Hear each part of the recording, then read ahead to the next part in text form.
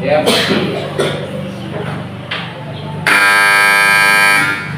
Bismillahirrahmanirrahim. Assalamualaikum warahmatullahi wabarakatuh. Alhamdulillahilladzi 'allama bil qalam, 'allamal insana ma lam ya'lam. Wassalatu wassalamu ala ashrafil anbiya'i wal mursalin sayyidina wa maulana Muhammad wa ala alihi wa ashabihi ajma'in, amma ba'd. Sebagai hamba yang beriman, marilah kita tundukkan kepala seraya memanjatkan puji dan syukur kita atas kehadirat Allah Subhanahu wa Ta'ala, karena atas limpahan rahmat dan kasih sayangnya sehingga kita dapat menghadiri medan musyabaqah syarhil Quran ini sebagai salah satu syiar Islam. Seiring dengan itu, salawat dan salam tak lupa kita curahkan kepada baginda Nabi besar Muhammad sallallahu alaihi wasallam, Nabi penerima wahyu, sumber ilmu pengetahuan yang membuka cakrawala berpikir bagi umat manusia. Dewan Hakim dan hadirin yang kami hormati, amanat pemerintah dalam Undang-Undang Nomor 20 Tahun 2003 dan dirubah dengan Undang-Undang Nomor 12 Tahun 2012 tentang pendidikan, menitik beratkan bahwa tujuan pendidikan nasional adalah untuk meningkatkan sumber daya manusia yang memiliki kearifan lokal sebagai karakter bangsa yang Pancasilais, karakter yang menjunjung tinggi etika dan moral, serta menampilkan adab dan akhlak dari pergaulan kehidupan sosial kemasyarakatan. Namun, pengaruh globalisasi dan informasi masa kini telah mengkikis etika dan moral generasi muda dan remaja kita. Setiap hari kita disuguhi langsung informasi yang masuk ke bilik-bilik rumah kita lewat media radio, televisi, dan internet. Betapa sedih dan pilunya hati semua orang. Potret kenakalan generasi saat ini, guru dan pendidik dipandang sebelah mata sehingga membangkang, mementangku, dianggap biasa saja. Bahkan mengajak duel, kemudian menempelkan guru menjadi sebuah kebanggaan, menghina dan menyiksa orang tua. Para pemimpin pun dianggap biasa. Dewan Hakim dan hadirin yang kami hormati, melihat betapa pentingnya pendidikan karakter bagi jati diri bangsa tersebut, maka pada kesempatan ini izinkanlah kami untuk menyampaikan syarhil Quran yang berjudul Pendidikan Karakter sebagai Upaya Penguatan Jati Diri Bangsa. Sebagai landasan uraian dimaksud, mari kita dengarkan firman Allah Subhanahu wa Ta'ala dalam Al-Quran surah Al-Alaq ayat 1 sampai 5 yang berbunyi: A'udzu billahi minasyaitonir rajim.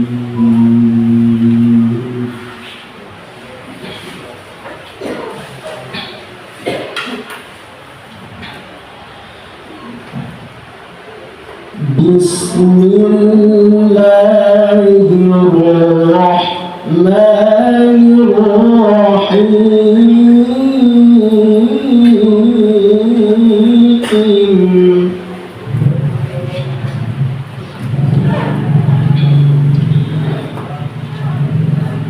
Iqra bismi rabbikal ladzi khalaq, khalaqal insana min 'alaq.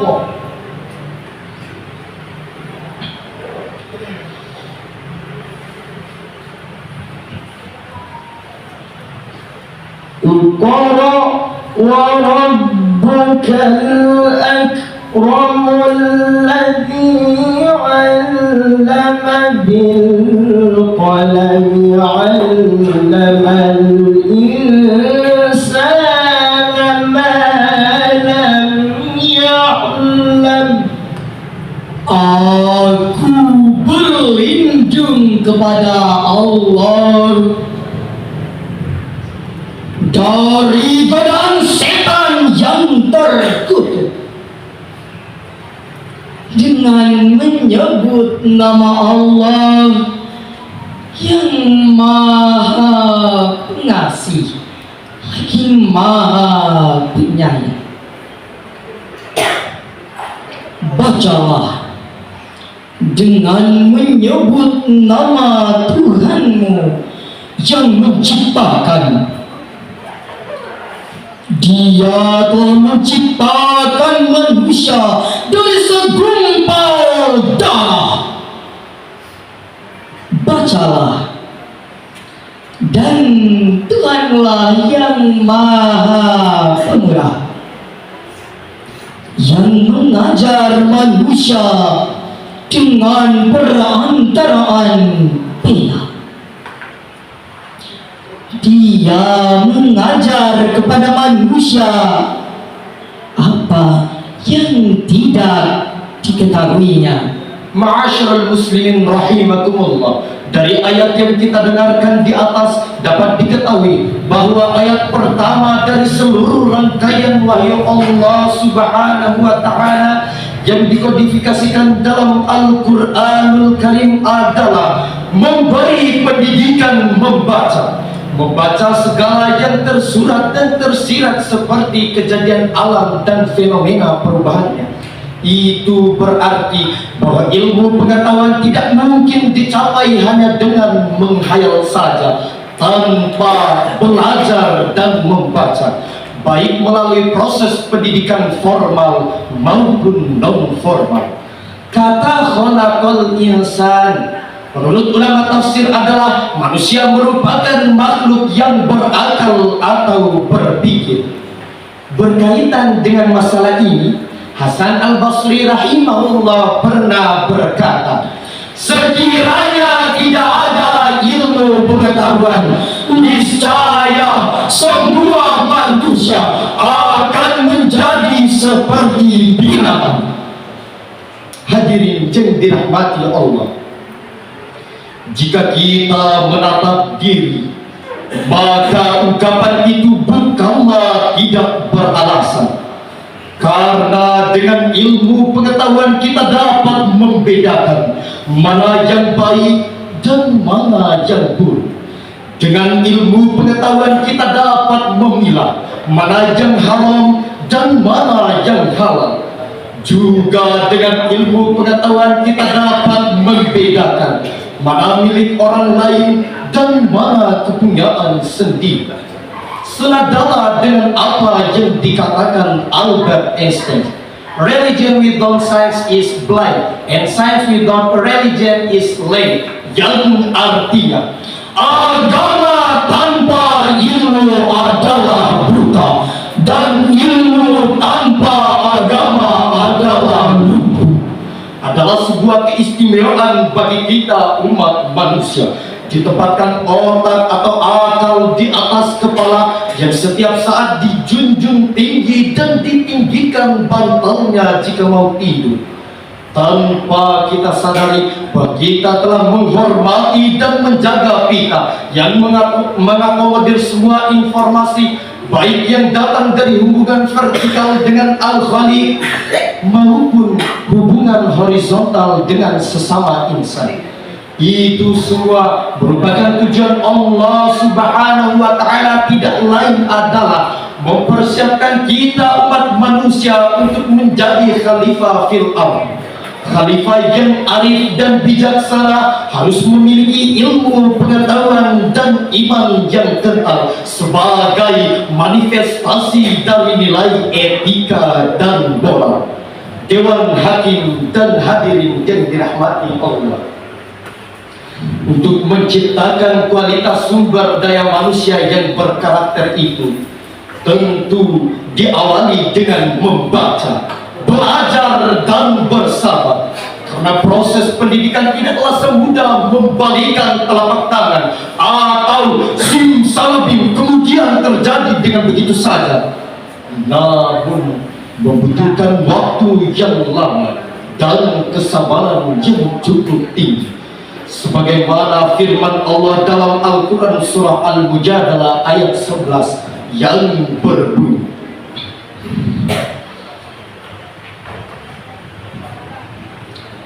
Ya ayyuhalladzina amanu idza qila lakum tafassahu fil majalis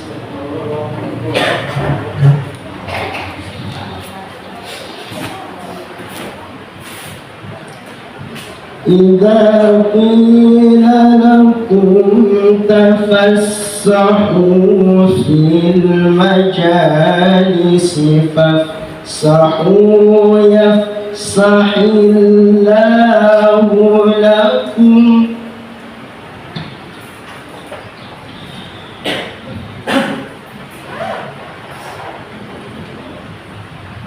وإذا قيل انشزوا فانشزوا يرفع الله الذين آمنوا منكم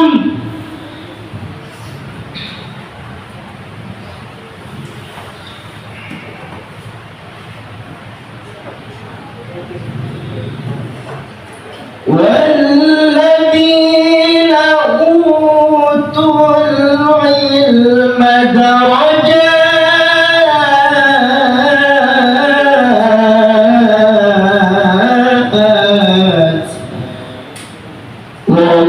والله بما تعملون خبير.